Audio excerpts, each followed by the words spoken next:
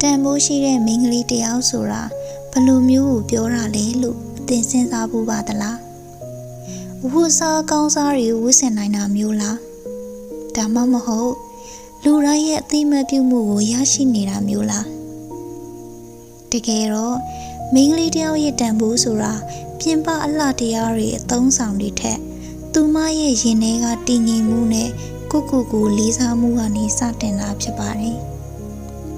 ပထမဆုံးအချက်အနေနဲ့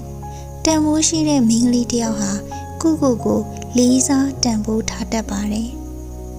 ကိုယ့်ရဲ့အချိန်တွေကိုယ့်ရဲ့ခံစားချက်တွေကိုအလဟတ်သက်မဖြုံးတီးဖြစ်ပါဘူးကိုယ့်ကိုစိတ်ဆင်းရဲစေတဲ့ပတ်ဝန်းကျင်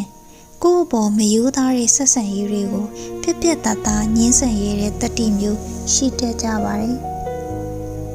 ဒုတိယအချက်ကတော့သူမဟာကိုယ်ပိုင်အိမ်မက်တွေနဲ့ယက်တည်နိုင်စွမ်းရှိတယ်တန်ဖိုးရှိတဲ့မိန်းကလေးတယောက်ဟာ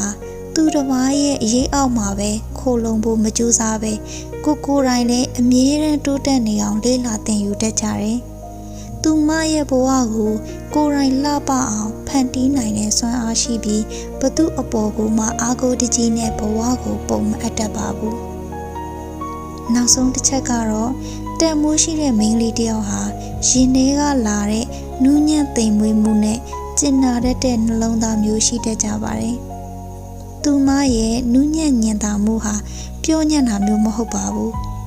တပားသူအပေါ်စာနာနားလည်ပေးတတ်ပြီးကိုယ့်ရဲ့အေးချမ်းတဲ့စကားလုံးတွေနဲ့ပတ်ဝန်းကျင်ကိုနှွေးထွေးမှုပေးနိုင်စွမ်းရှိတာမျိုးပါခန္ဓာကိုယ်ပြင်ပကဘလောက်ပဲလှပနေပါစေရင်ထဲကတည်ငြိမ်အေးချမ်းမှုကသာတစ်သက်လုံးမပျက်စီးနိုင်တဲ့တကယ်ဆွဲဆောင်မှုမျိုးပါမိန်းကလေးတို့ရေလူတိုင်းကအသင်ကိုသဘောကျနေဖို့မလိုသလို